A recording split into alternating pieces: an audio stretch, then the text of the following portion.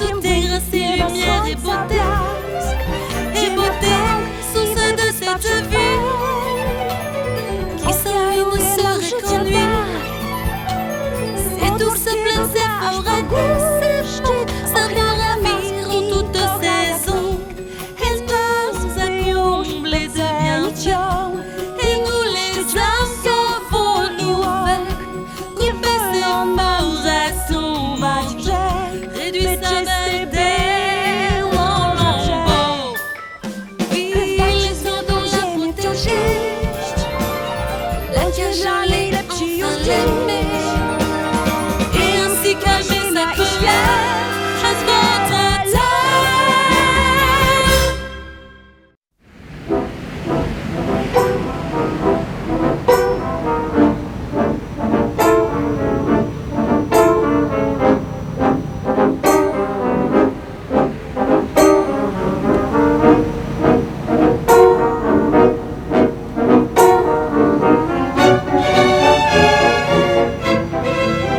Regarde ça.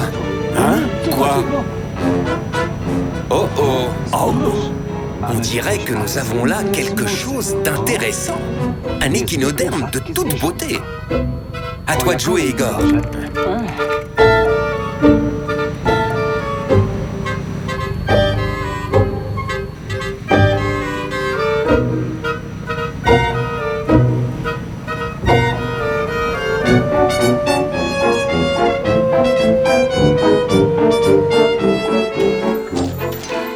Alors, des choses intéressantes, les enfants? Oui, un article passionnant sur la culture du plancton en Nouvelle-Zélande. Bien, bien. C'est bon, tu peux le remettre. Je vais battre mon record.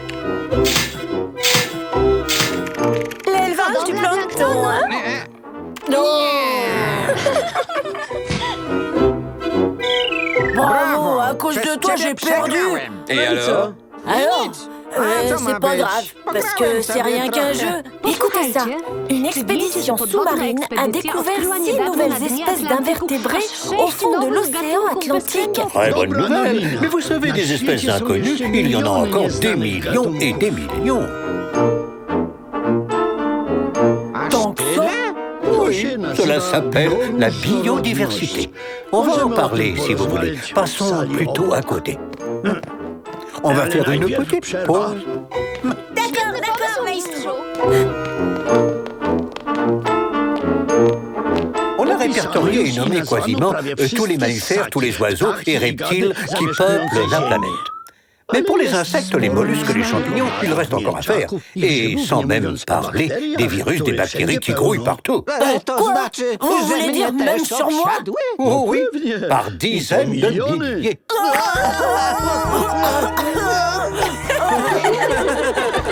Il n'y a pas vraiment de quoi paniquer. Elles sont utiles, ces petites bêtes.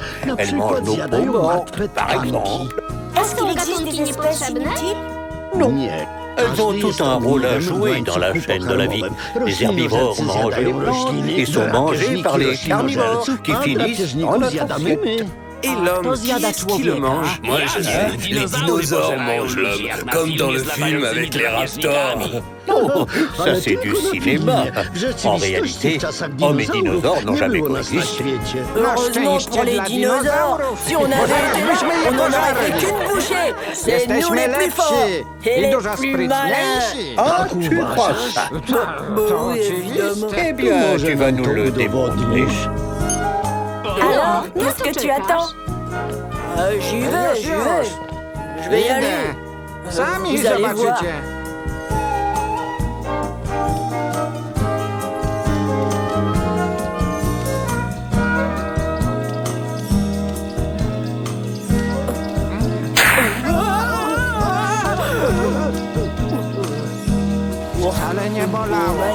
Les ganedons, ils ne sont pas méchants. Ils sont peut-être pas méchants, mais ils me cassent les oreilles.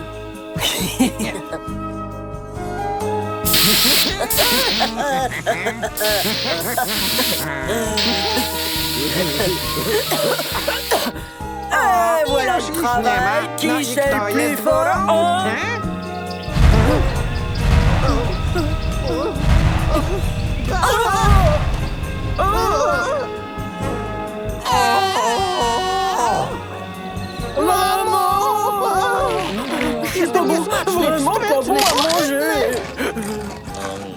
végétarien.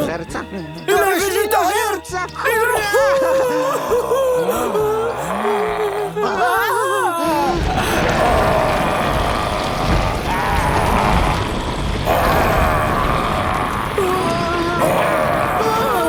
Tu ferais mieux de ne pas t'éterniser dans les parages.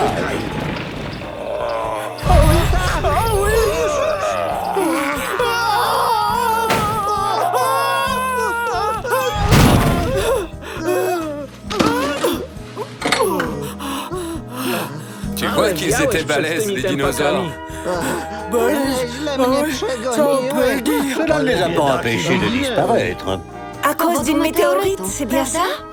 Sans doute, mais il y a d'autres hypothèses. Changement climatique, activité volcanique accrue, ou plus vraisemblablement, un astéroïde qui vient frapper la Terre. Toujours est-il que la Terre a connu là l'une des plus importantes extinctions de vie de son histoire. Mais qui sait ce qui nous attend demain? Que voulez-vous dire, maestro?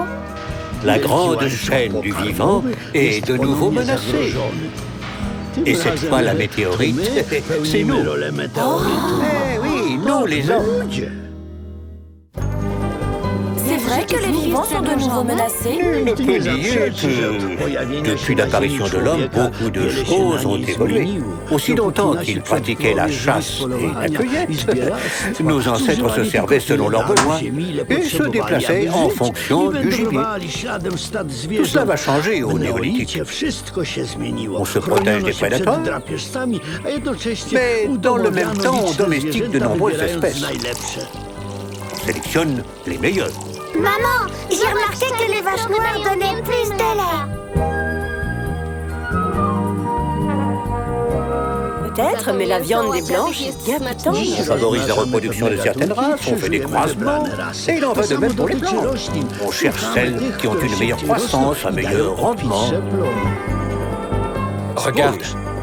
Ici, les épis sont plus gros, mais leurs tiges cassent avant qu'ils soient bons. Tu vois? Ceux-là, par contre, ont des tiges courtes, solides et de petits épis. Si on les mélangeait...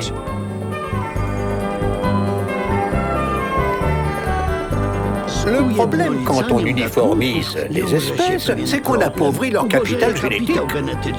Et de ce fait, on les rend plus vulnérables aux virus et aux parasites.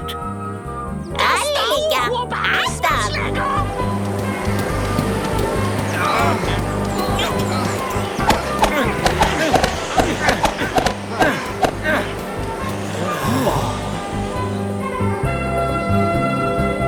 De nos jours, plus de la moitié de la population mondiale ne subsiste que grâce à la production de blé, de maïs et de riz. Imaginez ce qu'il se passerait si une maladie venait à éradiquer ces céréales.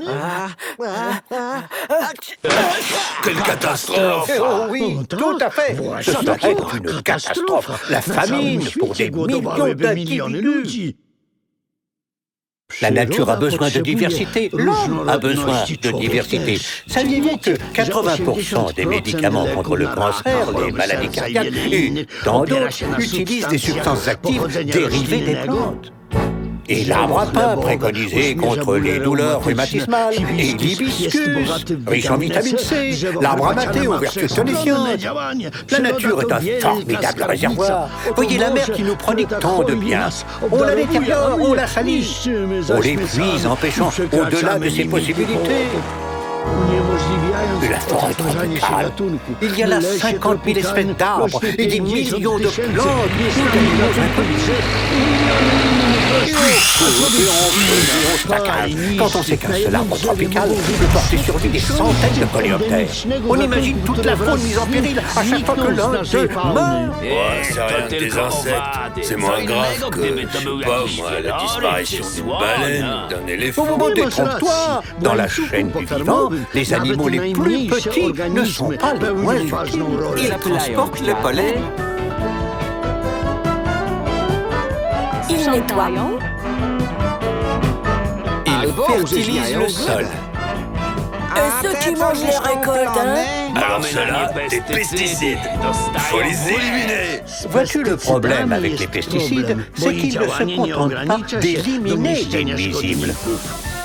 ils font également des ravages chez l'homme, car on les retrouve dans sa nourriture. Il faut bien se dire que la destruction d'une seule espèce, enfin, qu'elle soit animale ou végétale, est une perte irréversible. On a réussi à sauver de justesse le bison et l'oryx en les réimplantant dans leur milieu naturel.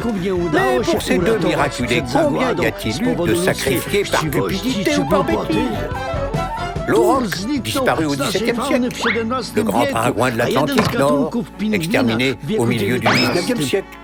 Le tilacine de Tasmanie, disparu en 1937. Et le dodo de l'île Maurice, chassé pour sa chair et ses œufs. D'innombrables espèces ont été ainsi anéanties en 4 siècles. Et l'on prévoit que dans les années à venir, on pourrait atteindre 30 000 disparitions par an. Cela fait presque 100 par jour. 3 millions dans le siècle. Quelles sont les espèces les plus menacées, maestro? Oh, il y en a tant. On peut quand même citer le rhinocéros, dont la corne est très appréciée, les tortues marines, le condor de Californie, le tigre du Bengale, le gorille, le panda, bien sûr, et même l'éléphant, eh oui. Et ce, sans oublier certains dauphins et aussi les requins. Et on reste là, les bras croisés. Il faut faire quelque chose. Justement, je pensais vous envoyer au Congo. Certains parmi vous connaissent déjà, mais là-bas vivent nos plus proches cousins, les gorilles des montagnes. Nous avons beaucoup à apprendre. Malheureusement, ils sont chassés pour leur viande ou bien exportés comme produits exotiques de luxe. Oh, un vrai scandale. Quand partons-nous, maestro? Mais tout de suite, si vous voulez, notre transporteur est prêt.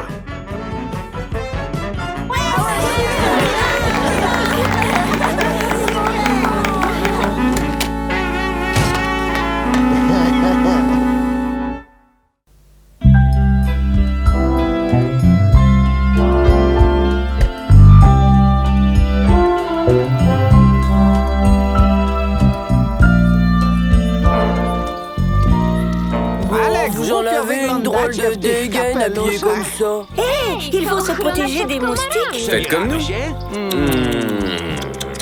Merci, non, merci. Le ridicule ne tue pas, d'accord?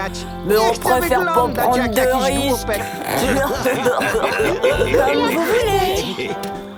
Et comment vous comptez les trouver, vos gorilles? Avec ça, un cadeau de maestro. Allez. Idziemy.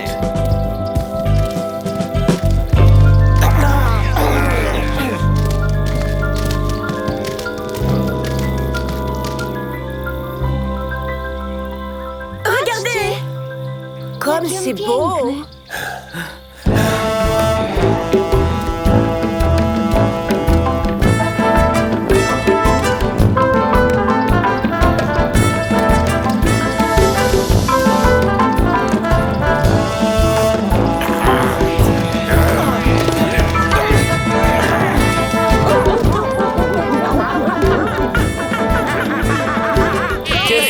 Ces insectes quand on n'est pas là. Ils jouent en attendant des clients comme vous. Chut, taisez-vous. Si je ne me trompe pas, les gorilles sont tout proches.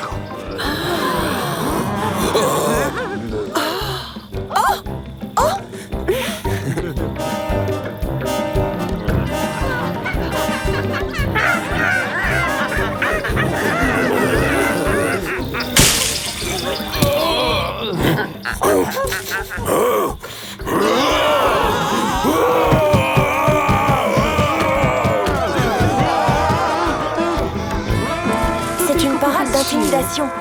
Les bébés gorilles sont très prisés par les trafiquants.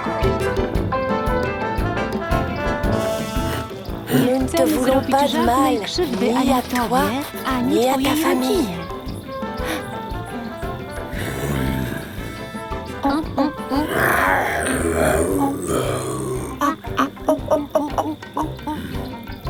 On dirait qu'il l'a adopté.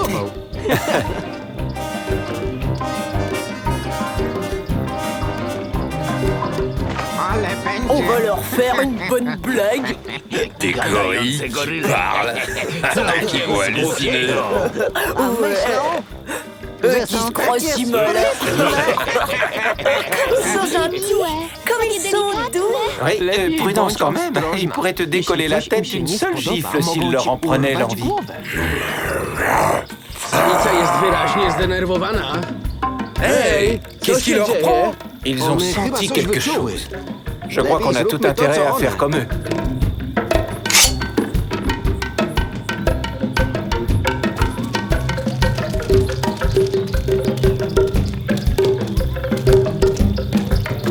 Des braconniers, justement. Qu'est-ce qu'on fait? On les suit? D'accord, mais chut. Quelqu'un a vu Grumeau et Teigneux. Encore en train de faire des bêtises, ceux-là. On va s'en occuper, mais plus tard.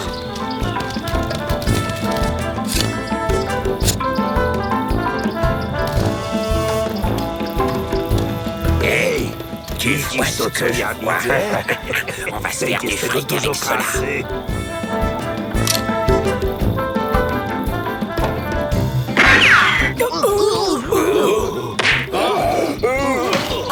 Ils sont morts? Non, endormis. Les braconniers vont les revendre. Pas si on les en empêche.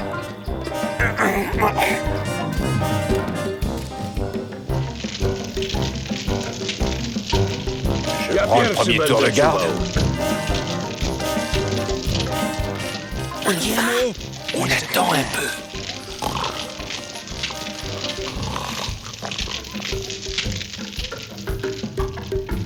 Allez, Milou, tire-toi de là.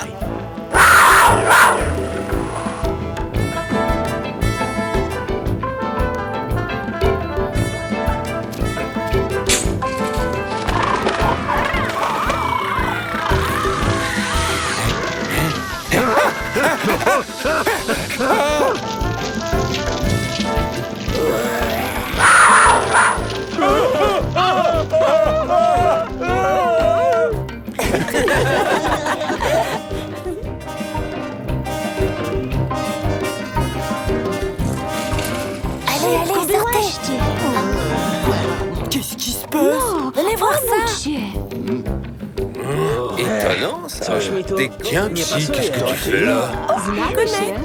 Et moi, je connais cette voix. Alors, on se déguise? Je parie que c'est une idée à toi. Bon, on voulait juste rigoler encore un peu, quoi. Au moins, avec vous, si une chose n'est pas en voie de disparition, c'est bien la bêtise.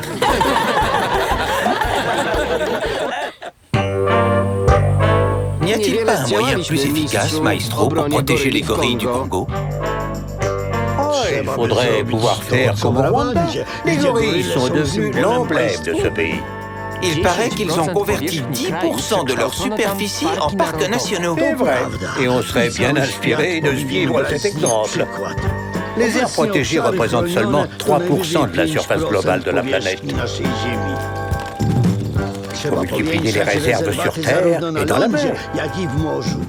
Oui. On doit soutenir tous les pays qui font des efforts pour ça. Il existe d'autres solutions. Cela vous dirait un nouveau voyage? Très bien, je vous emmène visiter une arche de Noé d'un type un peu particulier. Voici les jardins botaniques de Kew, en Angleterre. On les appelle aussi les jardins de la dernière chance. Pourquoi cela? Vous allez voir. Suivez-moi. Ici, on conserve les espèces végétales en voie de disparition. C'est pourquoi tout à l'heure, je parlais d'une arche de Noé. Comme c'est beau! Oh, comme c'est beau, c'est juste des plantes, quoi. Le petit.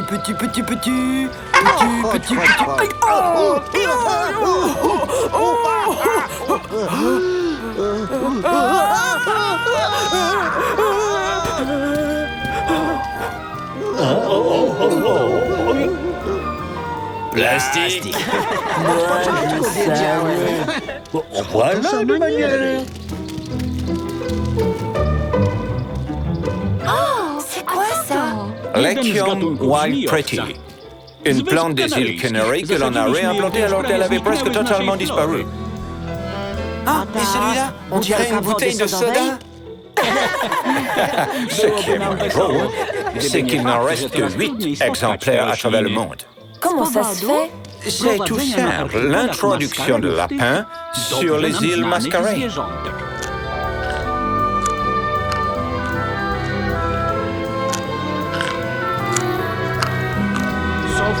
Le taureau Miro, l'arbre mythique de l'île de Pâques. En 1962, il ne restait plus qu'un seul taureau Miro au fond d'un cratère. Là encore, ce sont les animaux que l'homme a introduits sur l'île qui sont responsables. Les Canaries, Pâques, les mascarades, des îles, à chaque fois. Oui, car l'équilibre naturel y est plus fragile. Et il arrive souvent que des espèces importées détruisent les autres. Sur l'île de la Réunion, on appelle ça des pestes végétales. Le raisin marron y a fait des ravages. Nous allons demander à notre ami et collègue du parc naturel de la Réunion. Dans le temps, il y avait ici une forêt de tamarins. La vigne marronne a tout anéanti. Et il y a un moyen de la combattre? Oui, un seul, le sabre. Le peste éradiquée, la forêt originelle reprend ses droits. Mais au prix de quels efforts? Est-ce compliqué de réimplanter une espèce végétale? Oui, c'est difficile et coûteux, car la nature n'aime pas revenir en arrière. Vous avez combien de plantes ici? Des millions. Et grâce à nos collecteurs qui parcourent le monde, on y ajoute 45 000 espèces nouvelles par an. Ah, botaniste globetrotter. Ah, quel beau métier. Mais vous savez, ces savants aventuriers ont été de vrais héros de l'ère des grandes découvertes. Fallait du courage, de la ténacité pour trouver et rapporter les plantes exotiques qui avaient pour nom Hortensia, Dahlia, Cacao.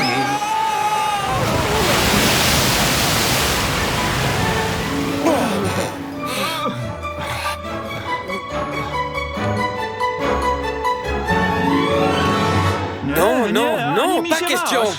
Hein, quoi? Cette eau est pour ma plante.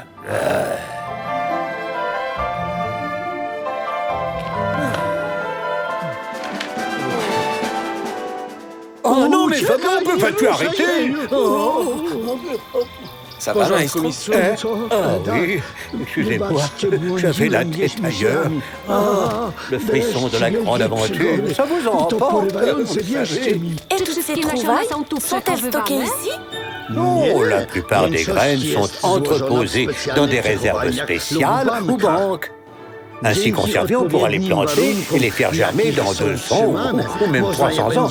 Il y a aux Philippines une banque spécialisée dans le riz. Une banque au Mexique conserve le maïs et au Pérou, on a mis 5000 variétés de patates dans des coffres forts. Et pour les animaux, maestro? On a également créé des banques génétiques dans lesquelles les biologistes conservent des embryons, des cellules. Ainsi pourra-t-on sauver bon nombre d'espèces en voie de disparition. Oui, mais cela ne servira à rien si en parallèle... Continue, Mounia. On saccage les milieux naturels. Tu as raison, mon enfant. L'homme doit apprendre à vivre avec et non pas au détriment de la nature.